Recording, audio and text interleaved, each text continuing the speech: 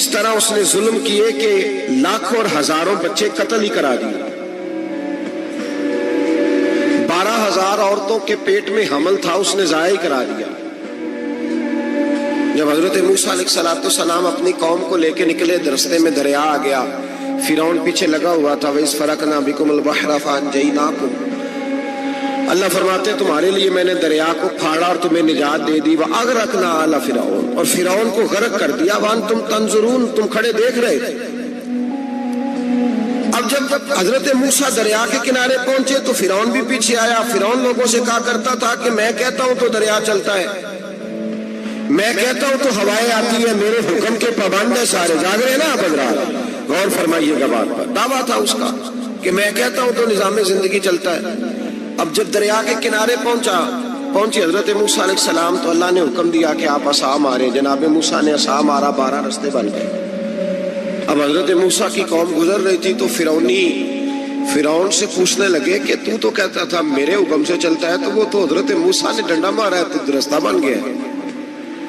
باز نہیں آتا انسان باز بنے بڑے اس کے پاس بڑی دلیلیں ہیں. جھوٹ سچ بول کے اپنے آپ کو مطمئن کرتا ہے، آخر دم تک تبدیل ہونے کو تیار نہیں ہوتا. دلیلیں کھڑتا رہتا ہے، بناتا رہتا ہے، شور کرتا ہے جان بوجھ کے. بھئی تو کہتا تھا میرے چلانے سے چلتا ہے، تو باز ابھی بھی نہیں آیا. کہنے لگا میں نے ہی حکم دیا ہے کہ ذرا پھٹ جا، مجھے یہ زندہ چاہیے. باز رسی جل گئی بال. کہنے لگا میں نے ہی کہا ہے دریا کو کہ یہ مجھے زندہ چاہیے، میرے بھاگے ہوئے ہیں تو اس لیے پھٹا ہے. تو آؤ میرے ساتھ دریا کراس کرے. تو پتا تو ان کو بھی تھا نا جتنا تو رب بنا ہوا ہے، پتا تو تھا، سارے جانتے تھے. کہنے لگے تو پہلے کراس کر، اگر تو بچ گیا تو ہم بھی پیچھے آتے ہیں. اب چاروں لاچار. ایک روایت تو یہ ہے کہ یہ جب خدائی کا دعویٰ کرتا تھا نا، تخت پہ بیٹھا ہوتا تھا، تو ایک دن حضرت جبریل آئے اس کے پاس انسانی شکل میں. تو کہنے لگے میں بڑی دور سے آیا ہوں تو ایک مسئلہ پوچھنا تھا. کہا پوچھو. کہنے لگے ایک غلام تھا کسی بادشاہ کا، تو بادشاہ نے اسے تھوڑی دیر کے لیے ایک علاقے کی سربراہی دے دی. کتنی دیر کے لیے ہمیں سربراہیاں ملتی ہیں؟ کیوں جی؟ تھوڑی دیر کے لیے ملتی ہے نا. تھوڑی دیر کے لیے سربراہی دے دی ایک غلام کو. ذرا بات کو سمجھیے. حضرت جبریل پوچھتے ہیں، کہتے ہیں سربراہی مل گئی. اب وہ مالک ہی بن کے بیٹھ گیا ہے، وہ بات ہی نہیں سنتا. اس کو تھوڑی دیر کے لیے بنایا تھا، وہ تو خدائی کا دعویٰ کرنے لگا ہے. آپ بتائیں اس کا انجام کیا ہونا چاہیے؟ یہ مسئلہ پوچھنے آیا ہوں. تو فرعون کہنے لگا اس کا انجام یہ ہے کہ اسے پانی میں غوطے دے دے کے مار دے. انجام کیا ہے؟ بولیے کیا انجام ہے؟ کیا انجام ہے جی؟ پانی میں. اللہ اکبر. اپنی سزا تجویز کر رہا ہے. اس کی سزا کہ اسے پانی میں غوطے دے دے کے مارو ظالم کو. اسے تھوڑی دیر کے لیے بنایا تھا اور وہ چھائی گیا ہے، قبضہ ہی کر گیا ہے. حضرت جبریل کہنے لگے جی آپ لکھ کے دے دیں گے؟ کہنے لگا لاؤ لکھ دیتے ہیں. لکھوا لیا. جناب جبریل رکا لے کے تشریف لے گئے. اب جب فرعون دریا میں آیا نا تو اللہ نے حکم دیا مل جا. جب دریا ملا چیخنے لگا تو حضرت جبریل آئے. کہنے لگے تیرا ہی فتویٰ ہے، یہ تیری سزا ہی ہے نا. ہم بھی بڑی سزائیں تجویز کرتے ہیں. یہ جھوٹا ہے جی، اس کا تو فلانا علاج ہونا چاہیے. تو اگر تو جھوٹ بولے تو یہ فلانا بڑا چاور ہے جی، اس کے ساتھ اس طرح ہونا چاہیے. تو اگر تو یہ کام کرے تو جو سزا تو لوگوں کے لیے تجویز کر رہا ہے تو اپنے بارے میں بھی سوچ. اب جب غوطے آئے نا، آخری وقت دیکھا وہ فرعون جو کہتا تھا میری مرضی سے دریا چلتا ہے. علامہ ساوی نے تفسیر ساوی میں لکھا ہے تڑپ کے رونے لگا. جب یہ مزاج ہے، ایک دفعہ اوپر آتا ہے آدمی جب دریا میں جاتا ہے، اوپر آیا تو چیخنے او میرے حواریوں خدا کا واسطہ مجھے بچاؤ. کہنے لگے تو کہتا تھا میری مرضی سے چلتا ہے. بے بسی ہے، تڑپتا ہے، روتا ہے. وارث شاہ مان کری نہ وارثہ دا، رب بے وارثہ کر کے مار دائی. تڑپ رہا ہے، چلا رہا ہے، کوئی مدد کو نہیں پہنچتا.